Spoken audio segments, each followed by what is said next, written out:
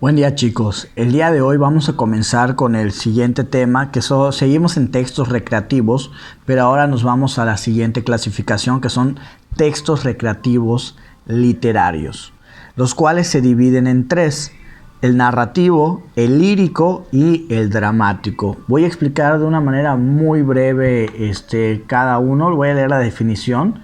Sin embargo, el día de hoy me voy a enfocar más en el género narrativo. Ok, repito, son tres: narrativo, lírico, dramático.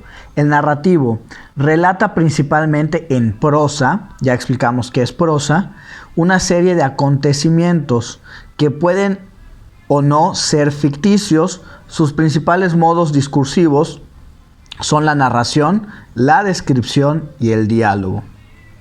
Es decir, requiere de estos recursos. Tenemos luego el lírico. Expresa sentimientos, emociones o sensaciones respecto a una persona u objeto de inspiración. La expresión habitual de este género lírico es el poema. ¿Qué quiere decir? Puede ser incluso narración o puede ser directamente el poema. Sin embargo, hay algunas anécdotas incluso que han sido narradas en verso. Por ejemplo, el poema del mío Cid.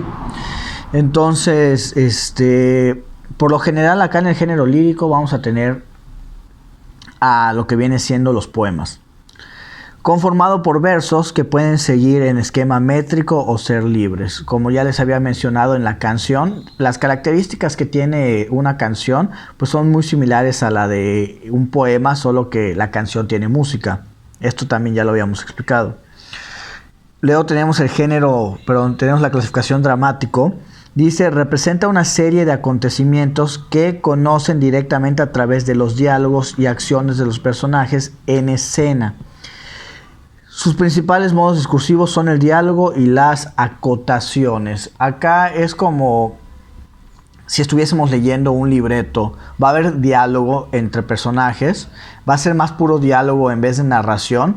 Y tenemos las acotaciones, que las acotaciones es una especie de observación para que tengamos en cuenta cómo se está llevando a cabo la acción. Por ejemplo, si digo, entonces Wilbert le dijo que le pase el vaso, pero si puse una acotación, pero estaba muy enojado y aporreó o golpeó la mesa. Eso es una acotación. No solo te estoy diciendo que pidió un vaso de agua, sino que estoy narrándote, te estoy diciendo qué es lo que hizo. O estaba deprimido, lo pongo en mis acotaciones, estaba deprimido y tenía los hombros caídos y la mirada hacia abajo. Todo eso lo puedo poner en la acotación para complementar no solo qué hizo o qué dijo, sino cómo lo hizo o cómo lo dijo. Ok, como les dije, hoy nos íbamos a enfocar más en el género narrativo.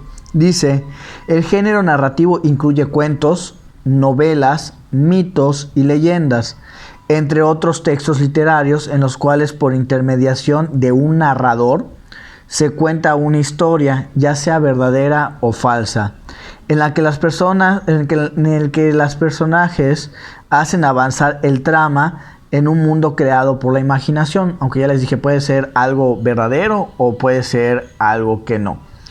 El narrador pues es muy común, pero tiene que estar.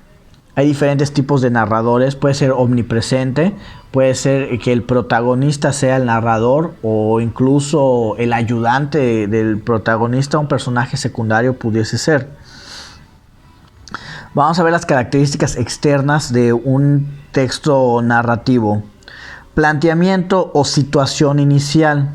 La historia se sitúa en un tiempo y en un espacio, se presentan los personajes y se plantea la situación de la que parte la historia. Es decir, originalmente vamos a agarrar y tener personajes que obviamente de cajón debe estar el protagonista. Puede estar un antagonista o puede que no, puede incluso que al antagonista lo conozcan hasta el final. Acá varía mucho según el autor, ¿no? Pero acá, ¿qué es lo que pasa? En planteamiento o situación inicial debe haber una acción que genere el desarrollo de la historia.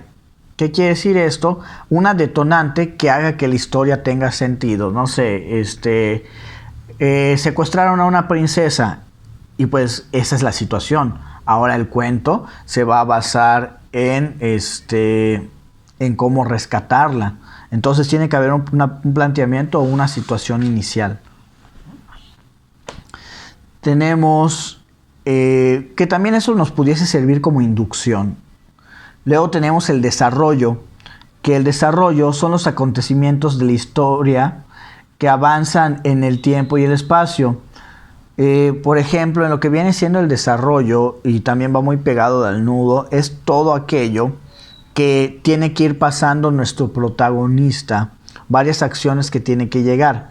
Sin embargo, son como que pequeños pasos previos a lo que conocemos como el nudo, que el nudo es cuando es un momento decisivo para la historia, es decir, como que ya agarró mucho drama, ya agarró que el protagonista tenga que hacer o una acción o tomar una decisión sumamente determinante. Pero pues prácticamente el desarrollo te va encaminando hasta el nudo, que es la parte donde viene la acción más fuerte, que le puede dar un completo giro diferente a la historia, ¿no? Y pues tenemos el desenlace, que pues presenta ya la situación final de si se resolvió o no la situación. Eso pues está muy, muy claro. Vamos a ver, ¿cuáles son los tipos de narradores?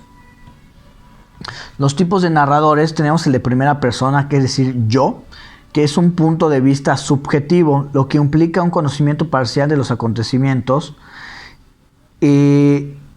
Y por ello la narración se percibe como poco confiable. Es cuando tú estás siendo como que parte del narrador, por así decirlo. Tenemos narradores en segunda persona, que es el lector tiene la sensación de ser interpretado directamente por el narrador. De ser interpelado, perdón, por el narrador. ¿Qué quiere decir esto?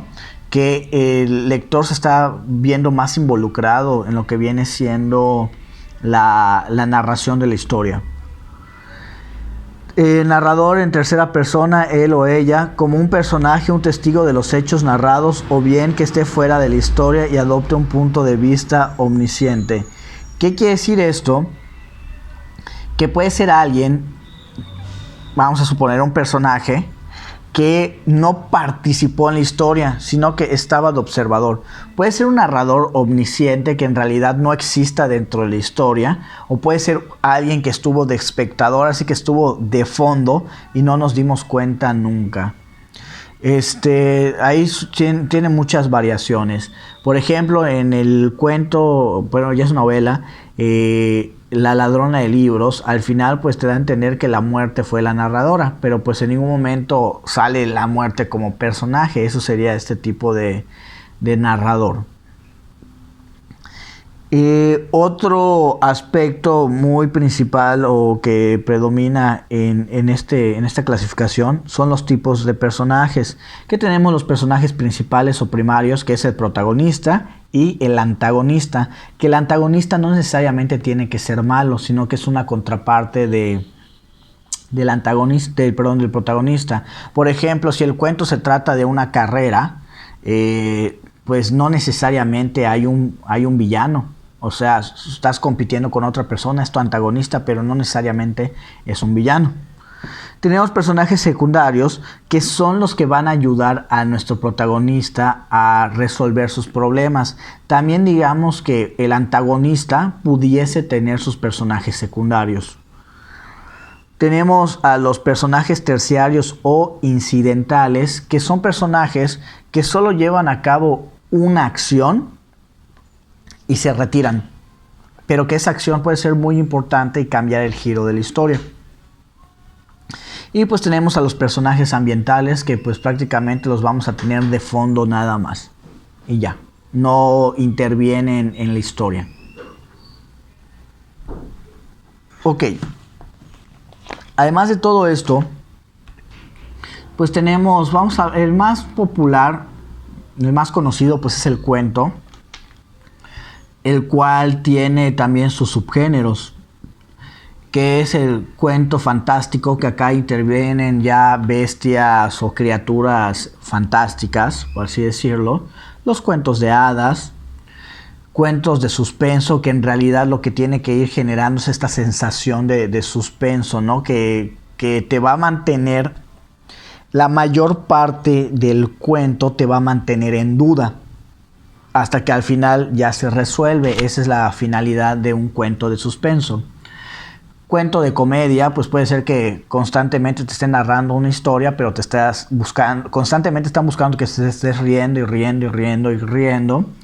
Cuento histórico, que en realidad es más ponerte en contexto de lo que estaba pasando en una época y demás, ¿no? Que sí va a haber una acción a desarrollar, una historia a desarrollar, pero quizás te están dando muchos datos históricos para que tenga sentido.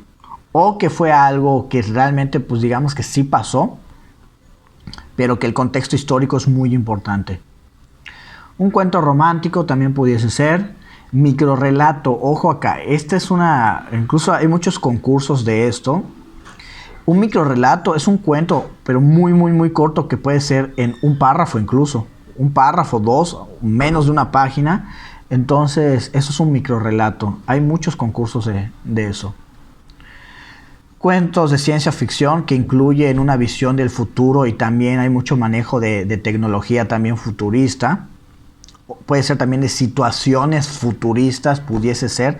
Por ejemplo, hay muchos cuentos de Julio Verne que son futuristas para la época en la que él escribió, que fue hace como 150 años. Ahorita hay muchos de los inventos que él había pensado en su mente que ya son una realidad hoy en día. Entonces, futurista no necesariamente es tecnología, sino también puede ser una visión a futuro. Por ejemplo, Wall-E. Wall-E es, supongamos que si fuera un cuento, es algo futurista, que pues prácticamente te da a entender que el mundo se acabó y se tuvieron que ir al espacio. El policíaco, pues tiene que haber un crimen de por medio y se tiene que ir resolviendo ese crimen. De terror, pues hay un monstruo o alguien acechando. De aventuras, cuentos de Navidad, cuentos educativos y demás, ¿no? O sea, son en parte la mayoría de los subgéneros del cuento que pudiesen existir. Ok, chicos, vamos a dejarlo hasta aquí por ahora y la siguiente sesión continuamos con la explicación.